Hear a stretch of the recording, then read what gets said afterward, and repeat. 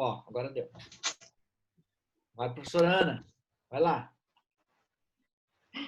Boa noite, então, a todos. Bem-vindos ao seminário de hoje do Grupo LANEX, do Grupo Neurofar também, do Grupo NAT, né, dos nossos grupos de pesquisa que atuam dentro do Laboratório LANEX, Laboratório de Neurociência Experimental.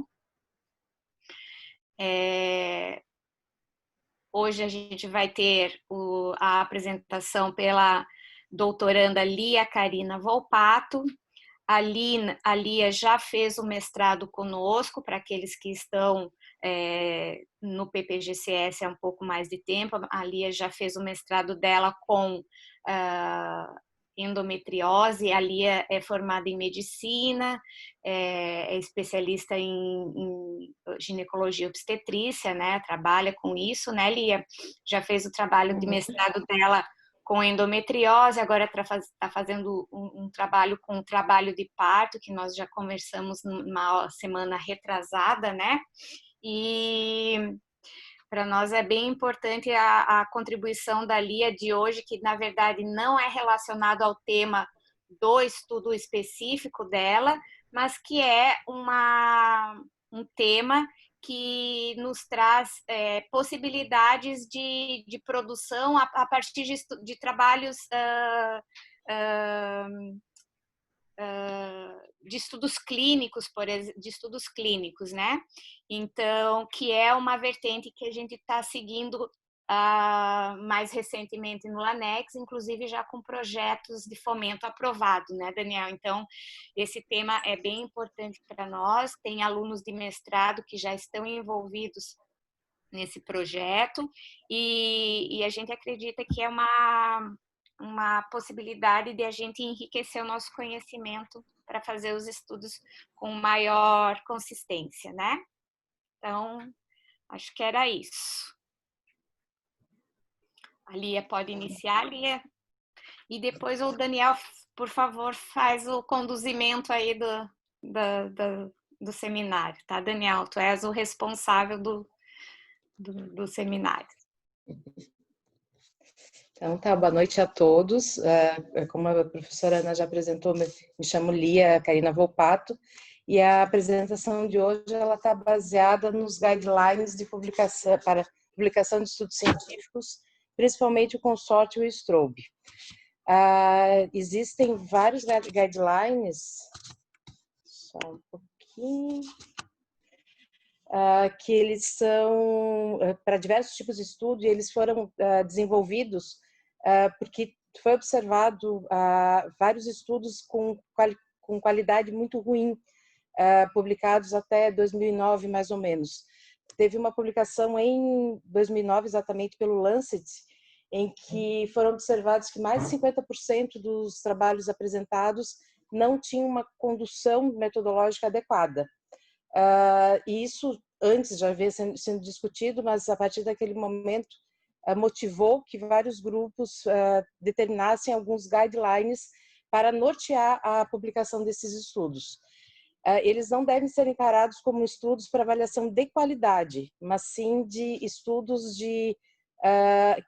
do que deveria conter naquele desenho que deveria estar naquele artigo, naquele paper para ser publicado. Alguns exemplos que a gente tem de guidelines para estudo clínico randomizado seria o consorte, que a gente vai falar hoje, para os estudos observacionais, o STROBE, para as revisões sistemáticas, o PRISMA, para protocolos de estudo futuros, o SPIRIT, alguns estudos de acurácia, o STARD, para relatos de caso, o CARE, para pesquisa qualitativa, o SRQR. Da mesma forma que para os estudos pré-clínicos em animais, o ARRIVE, que já foi discutido em seminários no semestre passado. Apesar de todos esses estudos, é impossível a gente conversar a respeito de todos, nós vamos nos deter principalmente no consórcio, apenas, né? No consorte, que foi desenhado para os trials, né, para os ensaios clínicos randomizados, e o STROBE para os estudos observacionais. O o consorte ele propôs um checklist para a colaboração de ensaios clínicos randomizados. O primeiro lançamento dele foi feito em 1993 e em 2010 ele foi revisado e atualizado e é a versão atual que se tem no momento. Já foi traduzido para 13 línguas, inclusive a língua portuguesa, que é o que eu vou apresentar para vocês. E tem várias extensões e ferramentas derivadas dele para outros desenhos de ensaio clínico, como seja eles para clusters ou para outras, e também para outras situações clínicas específicas, como a acupuntura. Também existe um que ele é citado, inclusive, no consorte, vamos dizer assim, geral, padrão, que seria o consorte para resumos, que ele deveria ser utilizado para a redação dos resumos de ensaios clínicos, seja para o artigo, para o paper ou para a apresentação de pôsteres em congressos e convenções. O consorte ele é uma lista de informações que é utilizado por várias revistas periódicas que solicitam que o autor faça um checklist e coloque a página em que essas informações se encontram. Caso esses critérios não estejam incluídos naquele artigo, provavelmente esse artigo não vai ser nem considerado para leitura, tá? E a gente vai tentar falar um pouquinho a respeito de cada tópico que ele fala desse checklist. Então, inicialmente, o título e o resumo. O título ele deve ser identificado como um estudo clínico randomizado, tá? E ele precisa desenhar todo o contexto do artigo. E o resumo ele deve ser estruturado contendo o desenho do estudo, os métodos, os resultados e as conclusões para orientação conforme orientado nesse consorte para resumos. No artigo específico ele já traz uma tabela separada, uma figura separada, esse consorte para resumos. Também eles falam com relação à introdução, que ela deve ter fundamentação científica e explicação do raciocínio para desenvolvimento desse estudo. Porque uma coisa muito importante do ponto de vista ético é que você justifique por que realizar esse estudo. Não apenas, como com estudos observacionais, que é frequente a gente fazer, em que não há intervenção, apenas se observa o que está acontecendo e às vezes é a reprodução de trabalhos que já foram realizados antes. Mas no caso dos ensaios clínicos, é super importante que você justifique por que realizá-lo. Ou baseado numa meta-análise anterior, que algum ponto ficou em dúvida, justificando a realização desse ensaio clínico, ou a inexistência realmente, a originalidade da comparação, tá? No final dessa introdução, é importante que sejam esclarecidos os objetivos específicos e quais as hipóteses que se espera encontrar com esse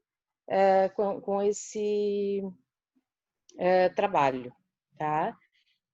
Nos métodos, é importante, inicialmente se começa com a descrição do estudo clínico, que tipo de estudo clínico, que delineamento foi adotado para esse estudo clínico, se foi um estudo clínico paralelo, se foi um estudo fatorial, incluindo a taxa de alocação para cada grupo. Só lembrando um pouquinho, o estudo clínico paralelo, ele a comparação são dois, três ou quatro grupos, dependendo do número de intervenções, em que os sujeitos eles são alocados naquele grupo e eles vão do início ao fim do estudo no mesmo grupo. No fatorial, existe ele também, né, ele funciona como paralelo, só que mais de uma droga ou mais de uma intervenção é testada, e existe a somatória dessas intervenções. Por exemplo, a utilização do que se falou recentemente com Covid, azitromicina com cloroquina. Seria um estudo que teria um grupo placebo, seria um grupo cloroquina apenas, um grupo azitromicina apenas e um grupo azitromicina mais cloroquina. Tá? Isso seria um estudo fatorial. Tá? E a taxa de alocação seria a proporção de sujeitos em cada grupo. 1 para 1, para 2, 1 para 1 para 1, 1 para 2 para 2, mais ou menos assim. Isso é uma coisa que deve ser pensada nos métodos antes de a gente escrever o nosso projeto de pesquisa. Tem algumas coisas que eu vou falar a respeito mais adiante, porque isso aqui ele é feito para nortear a escrita do artigo em si, mas se você não tiver previsto isso no teu protocolo de pesquisa, no teu projeto, não tem como você incluir depois na redação do teu artigo, quando tiver os resultados. Então, assim, a descrição do estudo clínico é importante, super importante. As alterações importantes depois que foram acrescentadas ou foram executadas depois que o estudo foi iniciado, tá? E as razões para que isso foi utilizado. Por exemplo, se imaginava que o desfecho de uma doença fosse o óbito, a morte, e por qualquer causa usando determinada medicação. Ao longo do período se observou que esse desfecho ele praticamente não aconteceu. E se optou para não perder o estudo por completo ou ter que aumentar muito a população, se optou por mudar o desfecho. Por exemplo, complicações cardíacas na população estudada. Tá? Isso é uma alteração importante no método e quando se relata no artigo que vai ser publicado, isso deve ser constado na descrição, no desenho do estudo. Os participantes, eles devem ser bem determinada os critérios de elegibilidade para esses participantes. É importante que eles sejam homogêneos, relativamente homogêneos, uma população parecida. As informações do local de onde foram coletadas esses dados também, se foi um local único, se foi um estudo multicêntrico, se foi um estudo nacional ou até mesmo mundial, como a gente tem observado recentemente, tá? E quando se fala das intervenções, todas as intervenções elas devem ser detalhadas em cada grupo de uma forma que se permita a replicação desse estudo no futuro. Desde dose, apresentação, que tipo de soluto, que tipo de veículo foi utilizado e como eles foram realmente administrados, se foi por via oral, se foi por sonda, se foi transdérmico, tem que ser tudo bem determinado, bem especificado, para que um outro grupo, se achar necessário fazer uma nova avaliação, tenha esses dados para poder replicar, tá? Com relação aos desfechos, elas têm que ser pré-determinadas, pré-especificadas, tanto os desfechos primários quanto os desfechos secundários, tá? Tem que ser determinado isso no projeto e nos métodos da publicação do artigo. Da mesma forma que eu falei antes, né, qualquer alteração importante, ou aqui no caso, alteração do desfecho após o estudo clínico ter sido iniciado, tem que ser especificado e justificado quais as razões que determinaram essa situação. O tamanho da amostra, ele tem que ser determinado, ele tem que ser justificado como foi determinada aquela amostra, quais foram os artigos utilizados, quais foram as informações obtidas para calcular o tamanho da amostra. E naqueles casos que haja necessidade de haver uma análise intermediária, né, no decorrer do estudo, ou haja necessidade de encerramento do projeto, isso aí também deve ser especificado. O estudo clínico, o ideal é que ele seja sempre randomizado, tá? Isso diminui a chance de viés de seleção, que a gente chama, e essa randomização, ela precisa ser bem determinada, tá? Uma coisa que deve ser evitada é, assim, randomizado aleatoriamente, randomizado por ordem de chegada. Isso não é randomização. Randomização seria uma espécie de sorteio, geralmente feito por computador, se for uma randomização simples, que vai determinar para qual grupo aquele sujeito será alocado, tá? Então, na descrição dos métodos, é importante colocar, descrever que método foi utilizado para a geração da sequência randomizada, que tipo de randomização, se foi uma randomização simples, se foi uma randomização por bloco ela seria cada blocos de números pré-determinados de sujeitos, e todos eles com o mesmo número de sujeitos, e o sorteio é feito dentro desses blocos.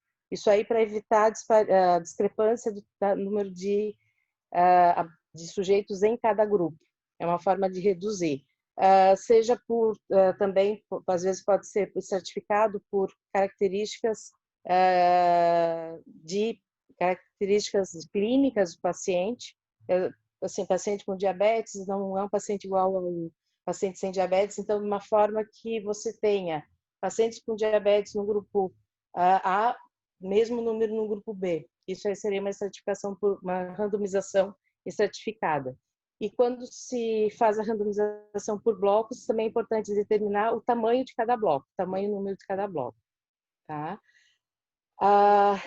Também, além da randomização, uma coisa interessante é a alocação dos mecanismos de ocultação. O que seria? Seria o cegamento, seria os estudos, o ideal seriam estudos duplo ou até mesmo triplo cego, né? E desculpa, eu pulei aqui. Desculpa. Na verdade, assim, a alocação é como que seria utilizado para implementar a sequência da alocação randomizada.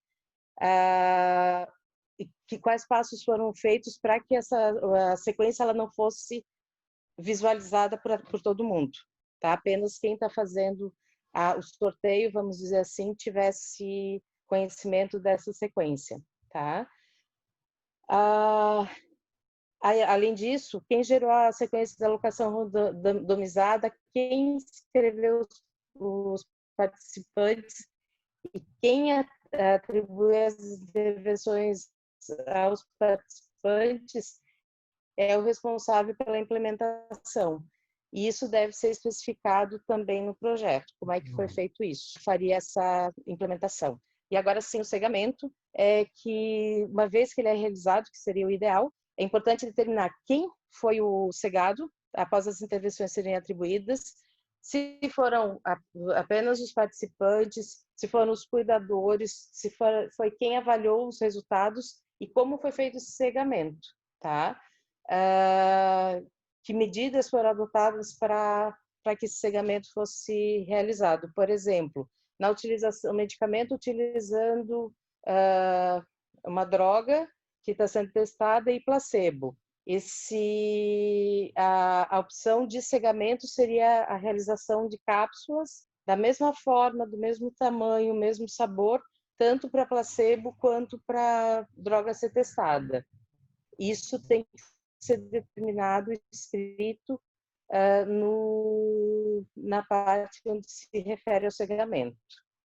E quando for relevante, no caso das intervenções não medicamentosas, né, seja procedimentos cirúrgicos ou seja a medicina integrativa, quais foram as intervenções adotadas de uma forma semelhante. A gente discutiu com no projeto anterior da Márcia, né, que seria utilizada a lavândula, né, como inalação. Elas teriam, as pacientes, elas receberiam, o grupo controle faria uma inalação para que não tivesse, para que você não tenha o efeito psicológico interferindo no resultado também, tá? Isso tem que ser, nem sempre a gente consegue cegar, mas seria o ideal, e essa semelhança nas intervenções ela deve ser descrita, tá? E os métodos estatísticos, eles têm que ser descritos tanto utilizando para comparar os grupos de desfecho primários e secundários, isso tem que ser pré-determinado, e naqueles casos em que a mudança das análises E essas análises de subgrupo, análises ajustadas, essas mudanças que acontecem no decorrer da avaliação, elas têm que ser determinadas também, elas precisam ser esclarecidas nos métodos do artigo, do paper que vai ser publicado. Com relação aos resultados, é bem importante que o fluxo dos pacientes, e eles recomendam muito, que seja feito um diagrama de recrutamento, tá? E eu vou mostrar depois para vocês daqui a pouco, e que para cada grupo, o número de participantes que foram randomizados e o número que foi atribuído para cada participante, e que receberam o tratamento pretendido e os que foram analisados para o desfecho primário. Além disso, para cada grupo, quais foram as perdas e exclusões após a randomização, junto com as razões para essas perdas e exclusões. Aqui a gente tem um exemplo do fluxograma sugerido por eles. Então, qual seria a população elegível, tá? Qual o número de avaliados para elegibilidade? Desses, quantos foram excluídos por não atender aos critérios de inclusão, por desistirem de participar, por não aceitarem participar, ou por qualquer outra razão, resultando no número que seria os randomizados. Esses randomizados seriam alocados para a intervenção A ou para a intervenção B, e determinar quais receberam a alocação para intervenção e quais não receberam, e por que não receberam, tendo um N final. E no segmento, da mesma forma para outro grupo alocado. No segmento, também é importante determinar quais as perdas de segmento e quais as razões, por que, no caso das intervenções serem descontinuadas, também especificar por que foi descontinuada nos dois grupos. E na análise, também, o grupo analisado, excluindo e os sujeitos que foram excluídos das análises e por que eles foram excluídos. Uma possibilidade seria, por exemplo, uma perda de material coletado. Não tem como ser feita análise desse sujeito se o material foi excluído, foi perdido ou por algum motivo não foi coletado. Ele acaba sendo excluído das análises e por que foi feito, então se justifica por que houve essa exclusão. Esse seria o fluxo dos participantes. É importante definir sempre a data do recrutamento e o período de acompanhamento. Existem alguns ensaios que eles são fechados, que eles têm data para iniciar e data para terminar. Tem alguns que são abertos, que o sujeito ele pode entrar durante a evolução do estudo. E quando o estudo for finalizado ou for interrompido, dizer quais os motivos que isso aconteceu, caso isso tenha sido antecipado, tá? Um exemplo de antecipação, de finalização antecipada, a gente tem também agora com Covid recente, tem um estudo Recovery, que eles estão avaliando uma série de drogas, medicações no tratamento da Covid. Foi feita a abertura dos dados, uma avaliação intermediária, que eles observaram que o uso da dexametasona melhorava significativamente o desempenho a recuperação dos pacientes com Covid grave, né? Então, optou-se por divulgar esse resultado e interromper e finalizar o braço desse estudo. Também no mesmo grupo, há um tempo atrás, acho que nesse mesmo estudo, uns 4, 5 semanas atrás, eles interromperam o estudo utilizando a hidroxicloroquina, porque observaram que não havia diferença entre os pacientes que usavam e os que não usavam, inclusive com um aumento dos efeitos adversos no grupo que utilizava a cloroquina. Então, se optou por interromper esse estudo. Então, são dois exemplos no mesmo trial, que ele é um trial grande com múltiplos braços, que continua em andamento, mas esses braços eles foram finalizados ou interrompidos. E os motivos apontados foram exatamente esses. Porque não se justificava negar o tratamento para um grupo que não estava utilizando placebo, no caso da dexametasona, então ele foi finalizado, e interrompido no caso da hidroxicloroquina, porque não se observou benefício, inclusive com maior risco, para manter a utilização da droga. É importante sempre apresentar uma tabela com os dados de base demográficos e características de cada grupo, tá? Para ter uma noção com que está trabalhando, né? E para cada grupo, número de participantes que foram incluídos em cada análise, essa análise foi realizada pela atribuição original dos grupos.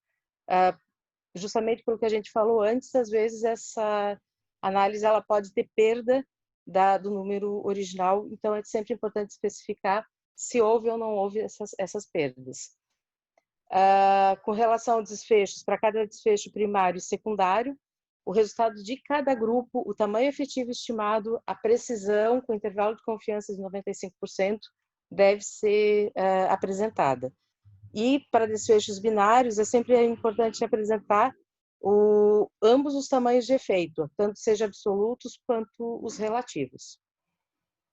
Qualquer análise que seja feita, aquela que a gente brinca de tortura dos números, né? Na estatística, vamos torturar os números agora, incluindo que seriam as análises subgrupos e análises ajustadas, elas têm que ser especificadas, distinguindo-se daquelas que foram pré-especificadas das exploratórias relatadas no início do projeto, tá? E todo dano que tenha sido observado ou efeito indesejado de cada grupo, ele tem que ser esclarecido, tem que ser relatado nos resultados.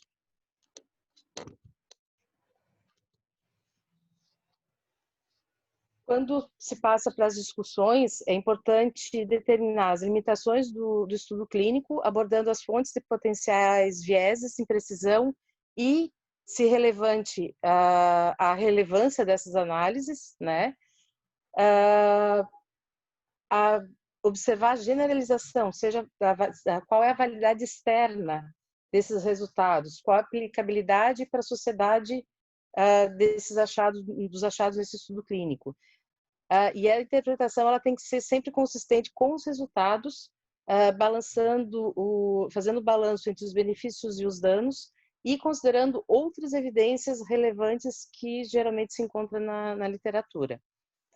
Outras informações que são importantes serem determinadas, serem informadas, né, apresentadas, seria o registro do protocolo, do trial, que todo ensaio clínico ele deve ser registrado, é importante que seja feito isso, onde esse protocolo pode ser acessado, se for disponível, e quais foram as fontes de financiamento, fontes de apoio, e qual o papel desses financiadores no projeto. A gente é super comum, a gente vê principalmente com o uso de medicações novas, serem trabalhos financiados por grandes laboratórios, existe o interesse da indústria farmacêutica nesses estudos, então é importante que o leitor saiba se isso pode ser considerado ou não um viés na interpretação daqueles resultados. Com relação ao consorte, seria mais ou menos isso. É importante ressaltar, da mesma forma que o Strobe, que eu vou falar daqui a pouquinho, ele é um guideline, ele é um guia, um norteador para como escrever esse artigo. E a gente sempre tem que pensar nele quando vai fazer o protocolo de pesquisa, o projeto de pesquisa.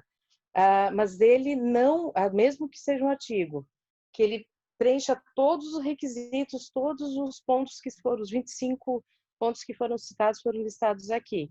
Não necessariamente eles indicam um bom trabalho, porque o papel aceita qualquer coisa. Então, a gente não deve aceitar, interpretar que o preenchimento de todos os pontos indicam um trabalho de excelente qualidade. Agora, um estudo que não tenha essas informações, por mais que ele tenha sido bem feito, por mais que ele tenha sido levado com ética, com responsabilidade, ele deixa margem para que a interpretação seja um pouco distorcida. Então, é bem importante levar ele em consideração, conhecer, utilizar no nosso dia a dia, quando for realizar os projetos, mas não considerar ele como um guia de qualidade do artigo publicado. Já o Strobe, ele é muito parecido com o consorte, tá? Ele foi desenvolvido para orientar a publicação dos estudos observacionais, para a corte, para os casos controles e para os estudos transversais. O que eu vou apresentar para vocês, ele é como é que eu vou dizer? Ele é um guia genérico para esses 3 tipos de estudo, mas ele tem uma subdivisão nele que é para cada tipo de estudo, para o corte, para o caso controle e para os estudos transversais também. Ele foi publicado inicialmente em 2007, em 8 periódicos, desenvolvido pelo grupo de Eric von Helm e colaboradores. E em 2010 ele foi traduzido e adaptado para o português e publicado na Revista Brasileira de Saúde Pública por Malta e colaboradores. Eu vou apresentar para vocês a versão em português. Da mesma forma que o consorte, ele determina que o título e o resumo devem indicar o desenho do estudo no título e no resumo, com o termo comumente utilizado. Então, é importante que o leitor saiba se é um caso controle, se é um estudo transversal, se é um estudo se é um estudo caso controle. E o resumo ele precisa ser informativo e equilibrado, considerando o que foi feito e o que foi encontrado. O resumo ele é fundamental não só para definir se aquele artigo vale ou não vale a pena ser lido, como principalmente os trials, muita gente não tem acesso ao artigo completo e acaba levando a sua decisão clínica, a sua decisão de uso em cima do resumo. Então, o resumo ele tem que ser muito bem escrito, ele tem que ser muito bem claro, para que não fique dúvidas, para que não tenha erro de interpretação. A introdução, um pouquinho diferente do trial, mas ele precisa ter o referencial teórico bem detalhado, justificando as razões para executar a pesquisa.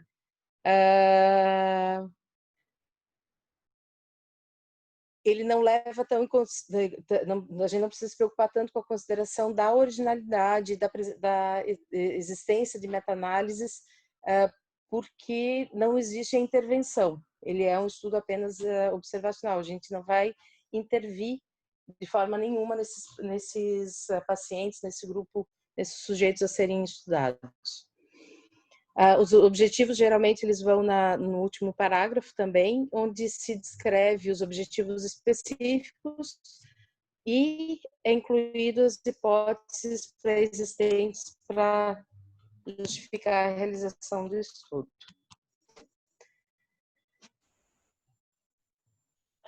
No método, inicialmente deve se apresentar se é caso controle, se é o estudo transversal, se é uma corte, tá?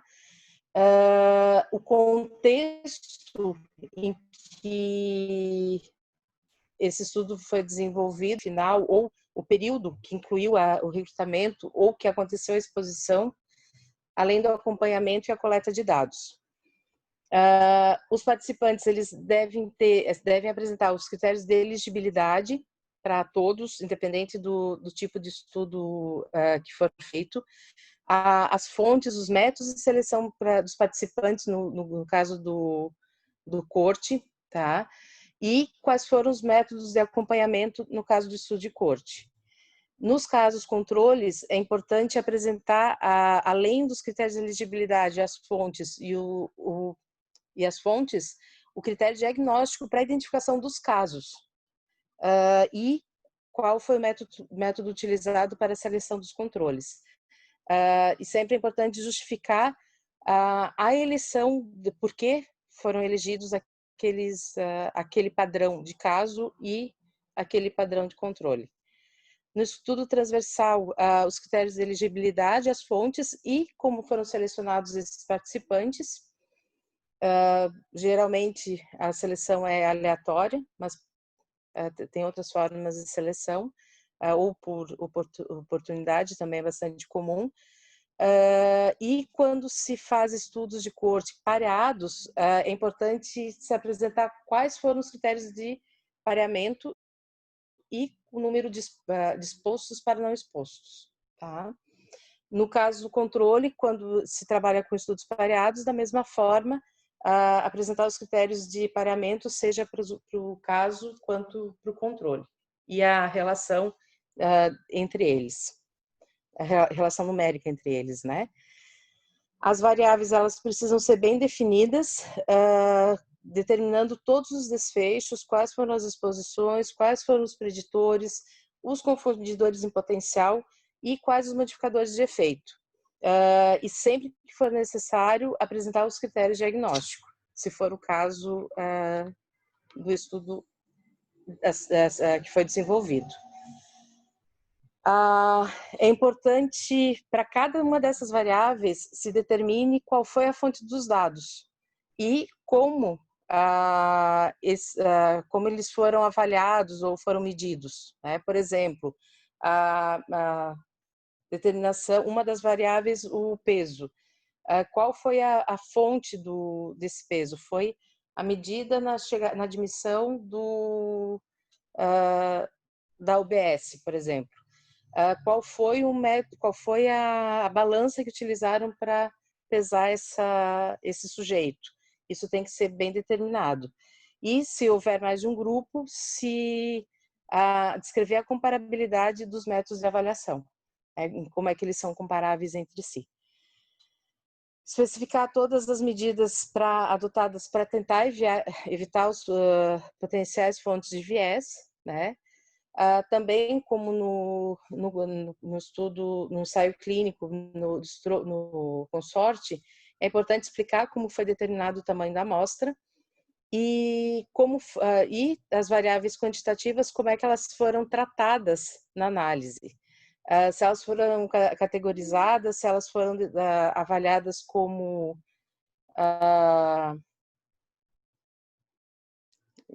fugiu. Variáveis ordinais, por exemplo, né? Ordinais contínua ou categórica, né? Não, é com relação a se ela tem com relação à distribuição delas, como é que elas vão ser tratadas. Normal ou não normal, paramétrica ou não paramétrica. Isso. Foi esse termo que fugiu. E como é que elas serão categorizadas se for aplicável, por exemplo, vive com parceiro, não vive com parceiro. Seria uma categorização possível, tá? A gente chama de proposta de utilização também nos nossos projetos, né?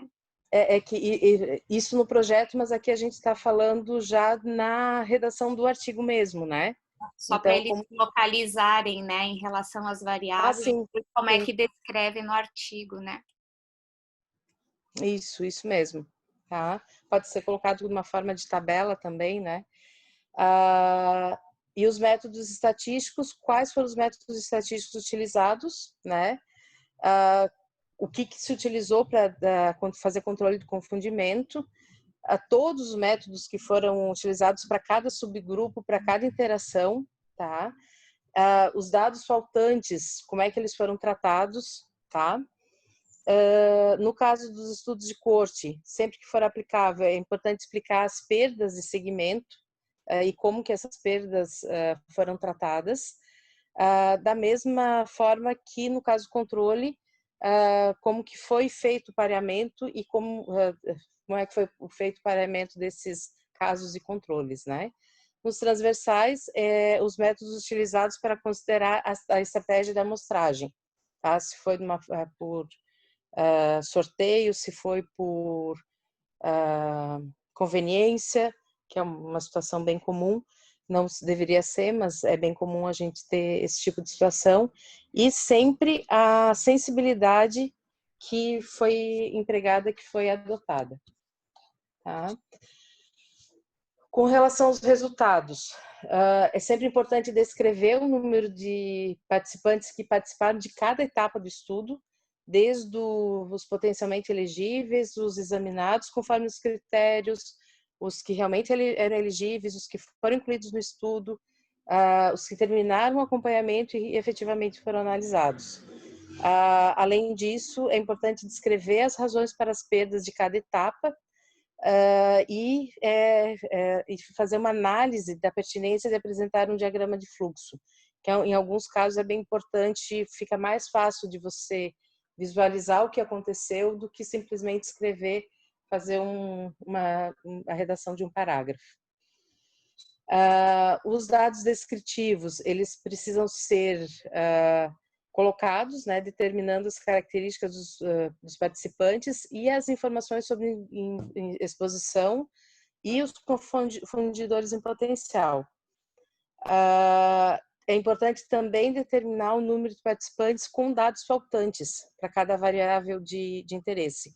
Isso principalmente quando se utiliza estudos de dados de prontuário, que eventualmente um ou outro dado pode estar faltando, então isso deve ser determinado para cada variável de interesse.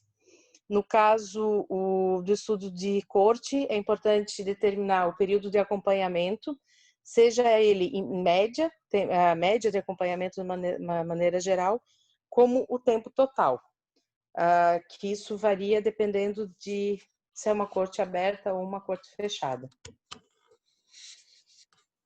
E o desfecho, ele precisa ser descrito no número para cada grupo ao longo do tempo, né? Medida resumo ao longo do tempo.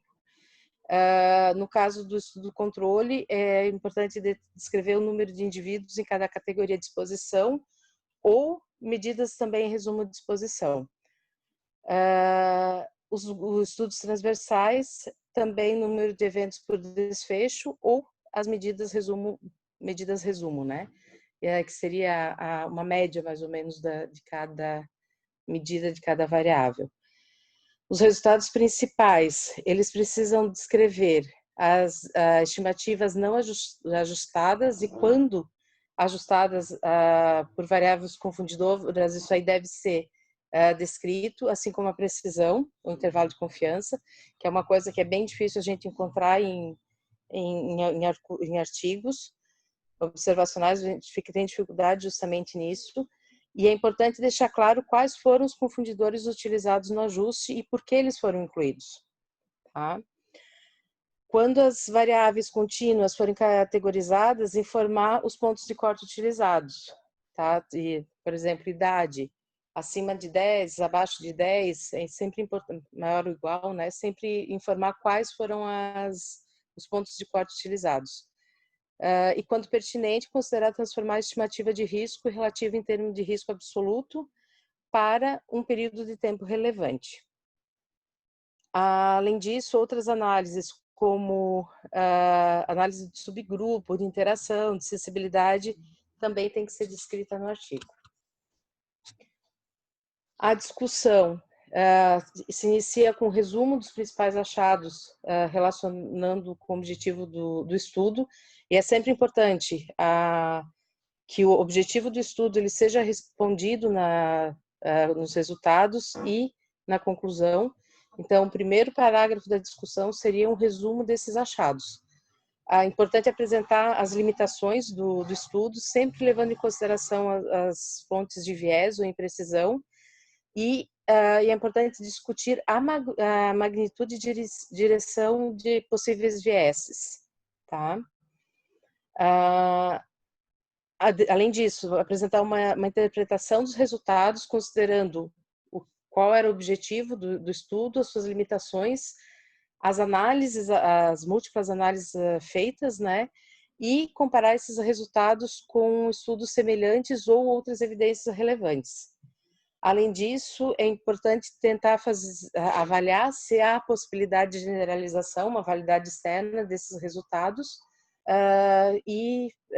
definindo a conclusão do artigo.